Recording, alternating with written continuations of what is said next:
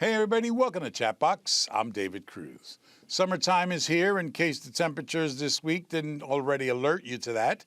As we head into our hiatus, we wanted to help you get ready for the season in case you're lucky enough to get some time off this summer. Later, we're going to get an insider look into the remarkable work being done at the Loews Theater in Jersey City, and we'll talk to Roxanne Shante about the Rock the Bells show happening at Prudential Center this weekend. But let's begin with the Jersey Shore, the state's iconic vacation destination. Jeremy Schneider is the food and culture reporter for NJ Advanced Media and host of the Jersey's Best podcast. Jeremy's here to talk about the good, the bad, and the ugly of being down the shore. Jeremy, welcome. Good to meet you, man. You as well, David. Thank you so much for having me. So before we get into the nitty-gritty, let's talk about the podcast, Jersey's Best. First of all, is it Jersey's Best as in the best of Jersey, or Jersey's Best as in Jersey is best? Both. Jersey's Best podcast. It's the best podcast about the best state, because obviously New Jersey is the best. New York is cool. Connecticut has its some decent pizza, I guess. But no, Jersey's the best, and it's only fitting that the best state gets the best podcast. Very aspirational title from us, but yeah, we launched in April. We're weekly. We drop every Wednesday, and we do a bunch of, we go from fun topics like Wawa versus Quick Check and New Jersey slang and the ugliest places in New Jersey to, deeper stuff. We recently recorded an episode deep diving on Asbury Park's history and if it's over culturally. And we try to run the gamut, and we're having a whole lot of fun. We've had a lot of fun guests, some comedians, some historians, some NJ.com staff writers. It's been a blast. Nice. The theme song also is an earworm. Is that you guys did that yourselves? A friend of mine, John Cause, very talented musician / coffee maker / New Jersey obsessive, has a side project band called Schmutzadels. Oh, nice. And that we put out a call for some theme song ideas, and we got some really good ones, but that was the winner. And yeah, listening to that at the beginning of every podcast is a lot of fun for me and for hopefully for our listeners. It's like your hype song, right? Exactly, and it gets me hyped, trust me. Yeah. All right, let's start with the beaches. You have an episode ranking New Jersey's beaches. I'm sure you must get a lot of pushback on that. Also, there are 45 beaches, which is news to me. You call it the Jersey Shore. Isn't it one beach, one shore? But Jersey's a home rule state, I guess, so everybody wants their own beach. So we can't do them all. Let's talk the top three or three random recommendations and why you'd recommend them, beach towns. So it's a very tough job. We do this every year. My coworker and I, Bobby Olivier, we rank every single beach in New Jersey. We differentiate. Every town on the shore gets its own beach. We're not going to go to multiple beaches in the same town. We've picked the most notable ones. Yeah. And number one for years has been Cape May. And every year we go into this, and Bobby and I are trying to figure out, is there another reason, is there a reason that another beach should take the top spot? But every year Cape May seems to have the best quality of the beach, the best crowd, as in, people are there, but it's not overrun. There's great amenities nearby. When we're doing this, those are the big things we're looking for. And, I hadn't been to Cape May before I got this job and before I started ranking the beaches, professional beach ranker over here.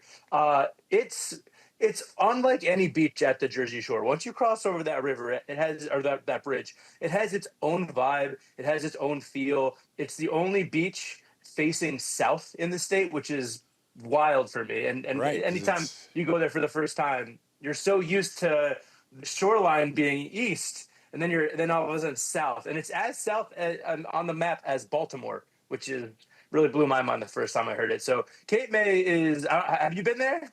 I hadn't been there until I started working here, and we followed Chris Christie down there a bunch of times. It's beautiful down there, but being from Jersey City, it is a haul to get down there. Exit 0. It is a trek. It is not the kind of place you're going to go for a day trip, but if you can spend even just a night there, I cannot recommend it enough. I popped down. So, my beach territory for the beach ranking story is from Brick all the way down to Cape May. So I do that whole stretch. It's a lot of driving, but Cape May, absolutely lived up to the hype that I mean, everyone was telling me how great it was. I was like, all right, Yep. we'll see, because I grew up going to Manasquan. I love Manasquan. Asbury is awesome, but Cape May, it's worth the trip. Rent there's some cool hotels and some nice Airbnbs and stuff in those Victorian houses. Some great restaurants. Definitely worth the trip. It's a nice place to stroll as well. What else you got? So one beach that I wouldn't recommend, and I get a lot of flack for this because people disagree with me. Wildwood. Wildwood every year comes in pretty low in our rankings. I think we had it at 39th or 40th this year. Uh, Wonderful boardwalk, terrible beach. And if you talk about pushback, I get so much pushback for this one because there are Wildwood defenders. People love Yeah. this place, and I'm not talking smack about the town. I love the boardwalk. I've had a blast on the boardwalk every time I've gone. I get a lime Ricky. I win. I try to win a prize. Lime Ricky. One of the games. Usually I don't, but the sand is way too long. It's dirty. The trip from the boardwalk to the water is so long that they have beach taxis. And I don't know about you. I want to walk on the beach. And if the beach is so long that you need a taxi, you're doing something wrong. Yeah. So that's one of the negatives. How about another Yeah. that you like? Beach Haven, the only beach that's ever overtaken Cape May in our rankings, because we've been doing this for years now, is Beach Haven. Pristine sand, a lovely town. It's on the southern end of Long Beach Island. All the Long Beach Island beaches are excellent. I can't recommend them enough. Wherever you end up on LBI is going to be great, but Beach Haven is the best of the best because of how, I mean, it's low key. There's great food in the area. You go to Chicken or the Egg, which is one of the rare New Jersey restaurants that lives up to its insane hype. Really, really great brunch, really great wings. Holiday Snack Bar is a lovely throwback to a bygone era. And if you just want to hang out on the beach, you can't do much better than that. It's a really, really high quality beach and a wonderful time. I'll tell you, it's interesting. I've been to LBI many times. I've never been on any of the beaches. I'm not a big beach guy, but I really enjoy LBI because it's like all these towns right next to each other, population 30, and it has a really great small town feel, which is what I like mostly about LBI. Absolutely. And every town has a slightly different feel. Beach Haven is definitely one of the livelier ones. I'm a big fan of Ship Bottom. You go to the porthole for a beer and a roast beef sandwich, and you're having a good time. You Yeah. got Old Barney up in Barnegat Light, one of the best lighthouses in the state. LBI, wherever you, yeah, I mean, it's also a trek from North Jersey, but well worth it. Yeah. You had an interesting episode on the 10 worst people you'll meet at the Jersey Shore. Give me two of those real quick. I mean, the worst is definitely the lovebirds, the people that are on the beach, and whether they're recently started dating or they're trying to find that spark again. And God bless, we're rooting for love. We fall in love with the Jersey Shore. By all means, just Yes. don't do it in front of me. Don't. I mean, if you want to smooch a little bit on the sand, if you want to, like kind of like hold each other in the water, okay, fine. But I've been there when there's a couple like going at it right next to me Yeah. on the sand, and I'm like, Yeah. Come on. dude, I like you get a room. Go to Yeah, the. you're probably already staying at a hotel nearby, so take the walk back. Give me one more. Exactly. The Beach Olympians, Yeah. the people, and look, I love playing, wiffle ball or can jam or spike ball on the beach. You want to throw a football around? That's cool. But when that football hits me in the head when I'm trying to take a nap, that's when you've ruined my beach day. And so I firmly believe you can play all these games, just do them on the side, have spatial awareness. I feel like people lack that a lot at the shore. Like we all want to, the beach is big enough. Let's give ourselves some space, especially if you're throwing a pigskin or something. Music is one of your on that list, right? People who play not only music that you don't like, but really loudly, right? Yes, and music's subjective. Everyone wants something different at the beach, music wise. But I mean, I don't want to hear like techno or like raver music like we're down at Ultra in Miami or something. But even if you're playing, some good old Bruce, or I mean, I heard some Bob Marley when I was at Asbury on Monday, and that was fine. Just keep it down. Like, not everyone wants to hear your music. Yeah, Not yeah. everyone likes your taste. I mean, especially if you're playing like Drake or something right now. We don't need any of that. just keep it to a minimum. Everyone wants something different from the beach. I think that's what makes the beach beautiful. Yeah. But just don't let your thing ruin my thing, and vice versa. I'll keep my music down too. I'm gonna be playing some turnstile or some turnover or something, and I'll keep it maybe even in the headphones. I got headphones. You got headphones. Let's keep the peace. Yeah. You do food too, right? Give me one or two really quick, because I'm running out of time, stops where you can go to this town and have good food every night. Well, right now, Maplewood is having a real renaissance, partially Maplewood. because, Corner Slice is a new pizzeria that opened earlier this year. It's a square slice, as the name would suggest, and it's a thick Sicilian, but it's really airy. I cannot recommend it enough. It's one of the best. I think we named it the best new pizzeria in New Jersey. It's right up there. Also, Perla Oyster Bar is very, very good. There's I think it's called Porta de Rossi, a really good Italian deli that does sandwiches and provisions you can take home with you. You have Able Baker there, a very good bakery. Maplewood is very much on the up and up. Jersey City is not. I'm not saying anything revolutionary by saying you should go. I mean, shout out to White Manna, even though I like the one in Hackensack better. Razza Pizza is phenomenal. Bread and Salt is a bakery in the Heights that gets impossible hype and still delivers. It's expensive, the lines are long, but it's well worth it. We just reviewed a Honduran restaurant called Perkin that opened not that long ago down in Paulus Hook. Very, very good as well. So if you come to Jersey City, there's more than enough options for you. Thick Sicilian is a great band name, by the way. I completely agree. We hear about incidents at Seaside and Long Branch. Is the shore experience being spoiled by some of these pop-up events? We've written about it a ton. I haven't experienced any of them personally, and the way I see it, you just gotta. I mean, like it's like anything in New Jersey. You just know what you're getting into. Like if I heard that there was a pop-up thing coming to Seaside or Long Branch, I just wouldn't go. There's enough Jersey Beach and Boardwalk to avoid all that. Yeah. But I mean, also these boardwalks are so. I mean, the Wildwood Boardwalk is massive. The Asbury Park Boardwalk is pretty big. It's Ocean easy City to is pretty avoid. big. Yeah, I mean, I look. It makes for great headlines, and I'm glad we're reporting on it. It's important. It's a weird phenomenon, and I'm curious to see how it changes with school out, and I mean, and all that. But don't get scared off from going to the beach. It's fine. It's fine. I mean, if I saw something like that, I would swiftly do an about face and just walk to the end of the boardwalk, and I would continue to drink my overly sweet lemonade and have a good time. All right. Jeremy Schneider, food and culture reporter for NJ Advanced Media and host of the Jersey's Best podcast. Good to meet you, man. Have a great summer. You as well, David. Thanks so much. This was awesome. For a time back in the 80s, it seemed like every other rap song was about this girl, Roxanne. Well, the woman who was at the epicenter of all that is still going strong. She's the MC of Rock the Bells Festival, part of the North to Shore Festival, produced by LL Cool J and the Black Promoters Collective, taking place this weekend at Prudential Center. It's a pleasure to welcome Roxanne Shante to the show. Roxanne, welcome. Thank you. Thank you. It is wonderful to be here. Please believe it. It's amazing to think that the kid who started that hip-hop sensation with Roxanne's Revenge was 14 years old. What do you remember about those times? You know, I remember that it was not only just a great time for hip hop, but it was a great time in the world. When you think about being 14 and being able to do what it is that you love to do, and then having it turn into a career where now I'm well into my 50s and still able to enjoy myself and get up there and have a great time, and then to have an entire festival that now focuses on hip hop, incredible. You know, New York in the 80s, I mean, that's my time, was just such a whole different vibe, no?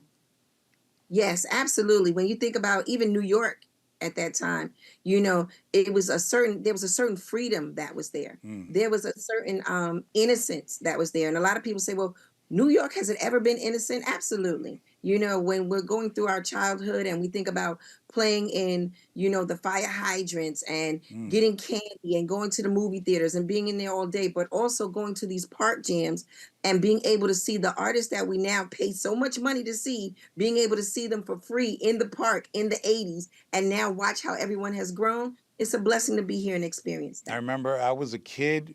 We used to take the path into Manhattan and walk from 33rd up to Central Park.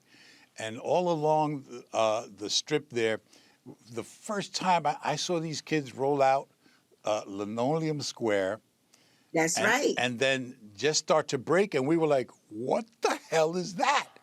And it became a whole, I mean, it's in the Olympics. Yes, yes, absolutely. What it is that it shows you that you are able to not only be able to just take something from that time and those memories and how you had that big smile on your face when you saw that, but it was something new, Yeah. something brand new, something that we could not wait to be a part of.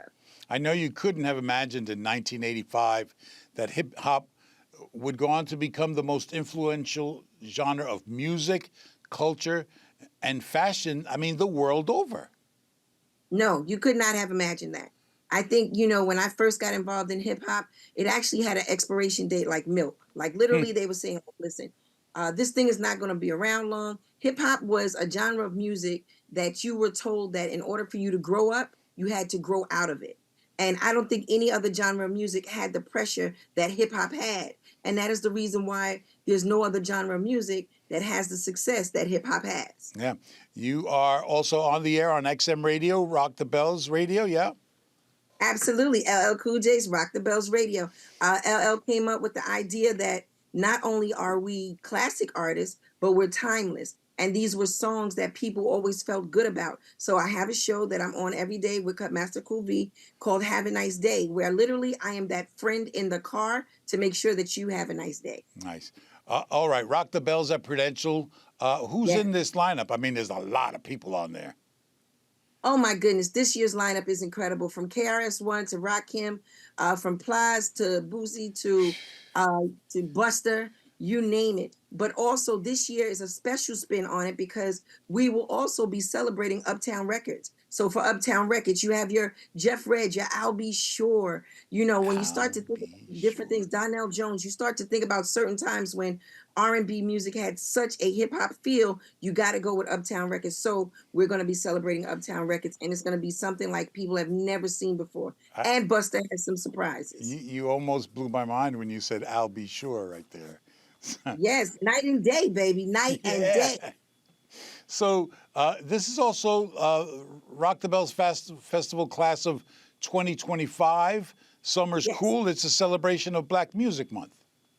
Absolutely. And it's also letting you know that, we believe in making sure that we spread the knowledge. So we wanted to give it that educational spin Mhm. because there's always something that you can learn from Rock the Bells, whether it's you're listening to the station or if you're coming out to the festivals or if you're going to the website, there's always something to learn. So we believe in having that educational component with it. But we also want you to know that it's cool to learn. So it's cool to come on out and have a good time and learn something. You're from Queens, so I guess you're an East Coast rapper. What's it like performing here in Newark? You know what? It's incredible. It can only be done at the Prudential Center in Newark, New Jersey, because it's a combination of not just New York, but also Newark. And Newark has always been very New York. So if we had to say they were relatives, they are first cousins.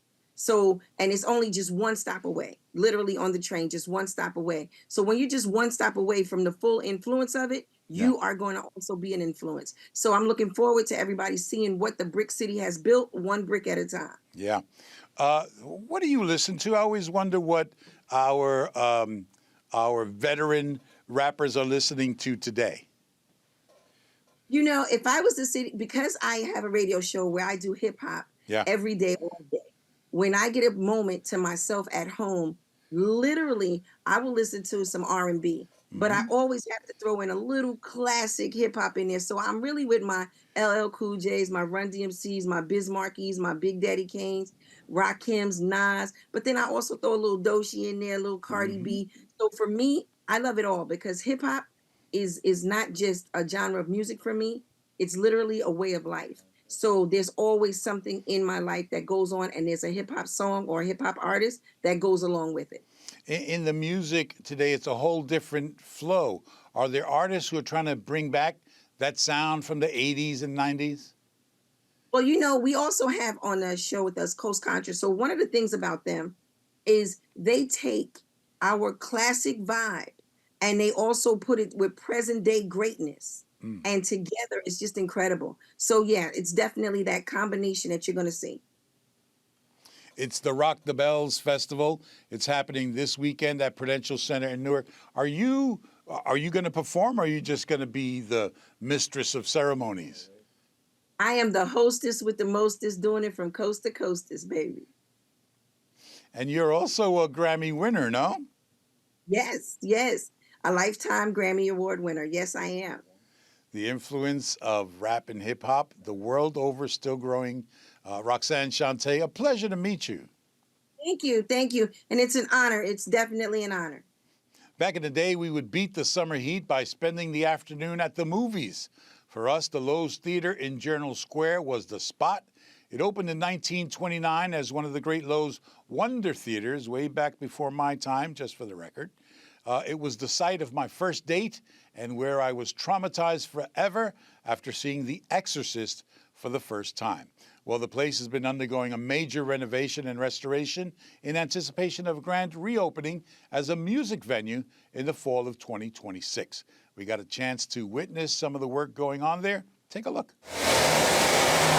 Well, this project has been years, decades in the making. We are doing a full renovation with our partner, Harris Blitzer Sports Exhibition, HBSE, of this theater, which is only one of 5 Wonder Theaters left in the country.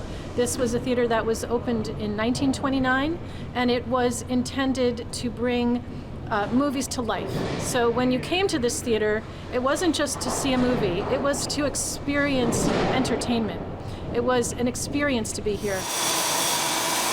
The detail in the plaster, in the lighting, the brilliant chandelier, the bathrooms which had marble in them, fireplaces, it was luxury for the average person to come here on a Saturday night and experience cinema.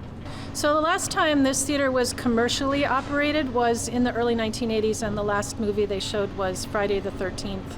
And then after that, it was purchased by a redeveloper, and it was slated for redevelopment, but community group Friends of Lowe's led the charge to save the theater, and then since then, for the last few decades, they have been showing nonprofit programming like movies, and there's other events that are held here like a Christmas concert and weddings. So it hasn't been empty and unused. The construction will be finished in June of 26, and we hope to have it up open that summer as well, if not the fall. So this is financed with a very complex, what we call a capital stack that includes state tax credits. And the Jersey City Redevelopment Agency entered into a partnership with HBSE. They're the redeveloper, so we work with them in partnership to renovate this theater, and they're doing the complete renovation. We're the construction manager for the project. We have a relationship with HSBE, along with a lot of experience in historic restorations, doing work out on Ellis Island, and recently we did the Statue of Liberty Museum out on Liberty Island. Anybody, you walk into this project, your first impression is, wow, you know, what a amazing facility in Jersey City in this location. So that's your first impression. But then as we get into the nuts and bolts of it, it's coming up with a plan and having the challenges, overcoming them early so we can, get this project done. So it did have a lot of water damage, but also the biggest challenge really here is that we're taking this historic theater and turning it into a modern theater that'll be used for all kinds of modern events. So the big part of this project is upgrading all the mechanicals, all the HVAC, electrical, sprinkler, plumbing systems to bring it up to modern standards. So we can historically renovate this project to look as it originally did. We're taking a lot of precautions to make sure we don't damage any of the historic fabric. And we're also making sure that when you come into this building, it will be restored to how it originally was and the grandeur that had. So I think people are going to be very pleased with the final product. This has taken decades for us to get here. This is something that everybody in the city of Jersey City should be proud of. And that's Chatbox for the season. Thank you so much for being a part of it. You can't imagine how important your support is for us. We're on Blue Sky now. You can follow us there at David Cruz NJ, and keep up with what's happening in the newsroom when you subscribe to the NJ Spotlight News YouTube channel. I'm David Cruz. For our producer, Jen Eckert, associate producer, Brendan Smith, our director, Elvin Badger, and the entire crew here at Gateway Center in downtown Newark, we thank you for watching. Have a great summer. We'll see you in the fall. Major funding for Chatbox with David Cruz is provided by the members of the New Jersey Education Association, making public schools great for every child. Promotional support for Chatbox with David Cruz is provided by Insider NJ, a political intelligence network dedicated to New Jersey political news. Insider NJ is committed to giving serious political players an interactive forum for ideas, discussion, and insight. Online at insidernj.com.